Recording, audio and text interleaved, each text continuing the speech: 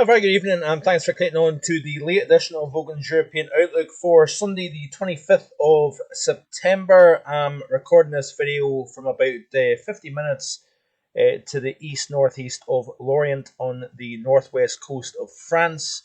I set off from Portsmouth on the 8:15 ferry this morning and got across at approximately 2 p.m. UK time, 3 p.m.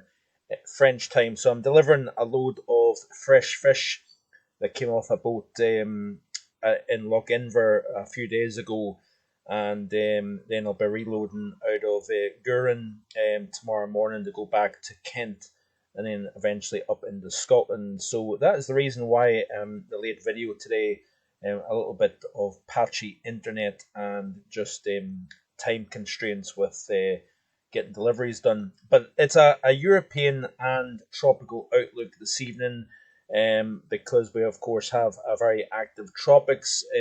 Gone is Hurricane Fiona, now starting to fill as it heads up towards Greenland after producing record-breaking low pressure for Canada, preliminary lowest pressure within a weather system on record for Canada. Be interesting to see the information that comes out when all is said and done. But certainly 110 mile per hour winds in excess of that across parts of Nova Scotia, and 80, 90 mile an hour quite widely across three provinces of Canada. So a very significant impact on the Canadian Maritimes, that's for sure. And we've got, of course, a lot of attention now being drawn to tropical storm Ian. It is expected to become a major hurricane as it pushes in towards western Cuba, and then eventually up into the Gulf of Mexico, heading up towards the Bight of Florida. Now, meteorologically speaking, this is a very, very unusual track to get a system right into the Bight of Florida. Usually, you get systems either heading towards Tampa or heading up towards Pensacola. So it's going to be interesting to see over the next couple of days whether the track starts to kind of veer either up kind of more due north or more east northeast over the next few days. But it's going to be passing over waters that are in excess of 30 Celsius. The atmosphere is going to start to become more conducive. We're going to lose wind shear, and therefore this system is really going to get going, I think, as we head through the day tomorrow, and particularly into Tuesday and early Wednesday. As you can see here, the M represents major hurricane status here. So it really is a lot of focus on this over the next several days here. So we'll have to keep a close eye on that. Gaston, a tropical system that is going to be filling and heading pretty much nowhere in the central Atlantic over the next few days. Now, we did have a system, Hermine, that was kind of west southwest of the Canary Islands. It looks as if that's completely off the charts now. So that system has kind of pretty much dissipated, which is, of course, good news. And then we've got a system here to the west, a few hundred miles to the west of the Azores, that has a 20% chance of development over the next 48 hours. Of course, like I say, Hurricane soon to become Hurricane Ian is currently situated here, generally between the southern portion of the Yucatan Peninsula and the far east of Cuba. Over the next several days, as you can see here off the GFS, it crosses the western tip of Cuba and then makes a beeline up towards the Bight of Florida here. And it looks as if the models indicate that the system will actually start to weaken on approach to the Florida coastline here. But like I say, it's going to be interesting to see with that very strong area of high pressure just over the Great Lakes region here, how this influences the northward and northeastward progress of Ian. And we've got several factors to consider when looking at this system here. Certainly will pretty much, you would almost guarantee this system to become a major hurricane, but exactly where this system winds up is going to be the big question, of course. And we've got the remnants of Gaston here in the southern flank of this very large area of high pressure that extends from the central Atlantic all the way to the UK, as you can see here. Speaking of the UK, we do have plenty of things to speak about. We've got a frontal system that is moving southwards as I speak, as the remnants of Fiona digs north.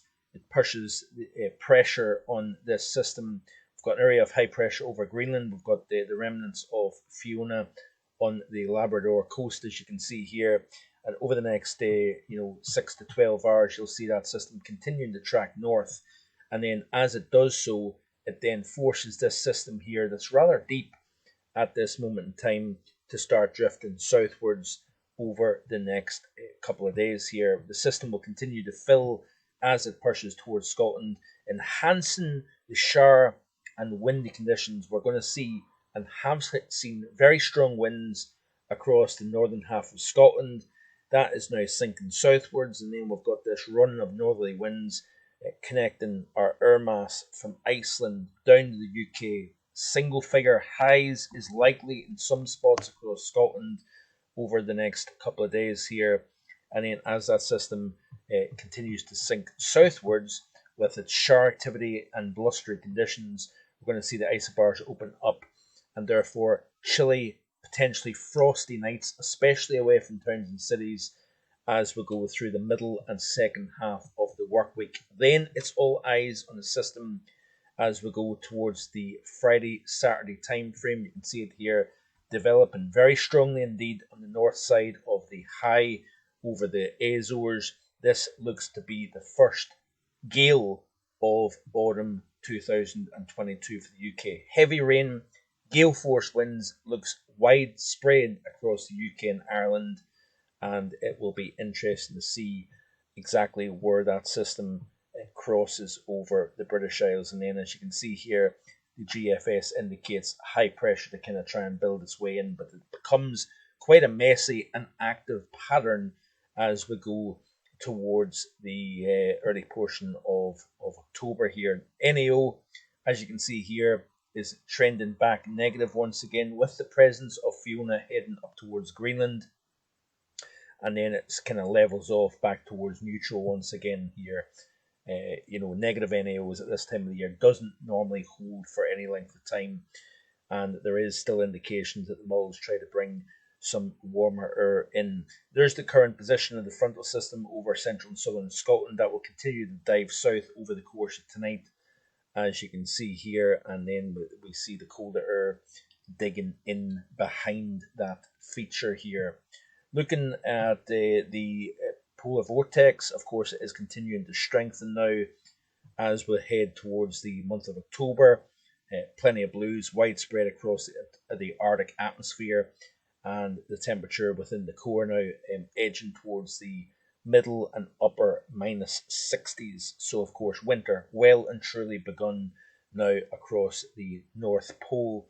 And then, of course, over the next couple of months, it's going to be interesting to see what kind of pressure warming out with the polar region can have on the vortex here. Can we get weakening? Can we get collapses? Can we get stratospheric, stratospheric warming this year? All questions that we will be, of course, eager to find out as we go forward here. So certainly plenty of things to look at, and stay tuned here on my YouTube channel here. Finally, looking at let's have a quick look and see if the model is updated here, but look at the GFS ensemble, and you can see here the pattern as we go forward. So let's have a quick look at the upcoming 5-day period and see what is showing. So upcoming 5 days, you can see here, this is the trough axis centered over the Low Countries. As you can see here, northwesterly winds, high pressure to the west, hence the negative NAO over the next 5 days. Then the 6 to 10 shows region starting to kind of build in from the southwest here, settling things down somewhat across the British Isles forcing that trough to slide eastwards. And then finally, the day 10 through 14 looks as if we've got high pressure generally in control. Looking at the precipitation anomaly here, upcoming 7 days, you can see that we have got wetter than normal conditions, North Sea into the Low Countries across a decent swathe of Europe. Actually, you can see here with a trough in place. And in the 6 to 12 day, you can see here the drier conditions start to build into the UK with high pressure. And then the 8 to 14, you can see here a drier than normal theme overall. How is the CFSV2 weeklies looking like? So the upcoming week looks like this. Fairly wet looking Europe, as you can see here. Week 2, we've got a wet Scotland, but drier than normal England and Wales, and across much of Central and Southern Europe. Wetter than normal, as you can see, across Scandinavia. And even into the following week, you can see here a kind of slight, mix between drier than normal and indeed wetter than normal. So we will have to continue to watch the pattern as we go into the month of October. It becomes quite crucial, actually, when it comes to the potential early winter pattern, during the month of October. What we get during the month of October sometimes can be a telltale sign as to what to expect possibly further down the road here. So stay tuned to my YouTube channel. I do appreciate you watching on this late video, this late edition. Please like, share, and if you haven't already done so, hit that subscribe button. Have a great rest of your Sunday evening. Bye for now.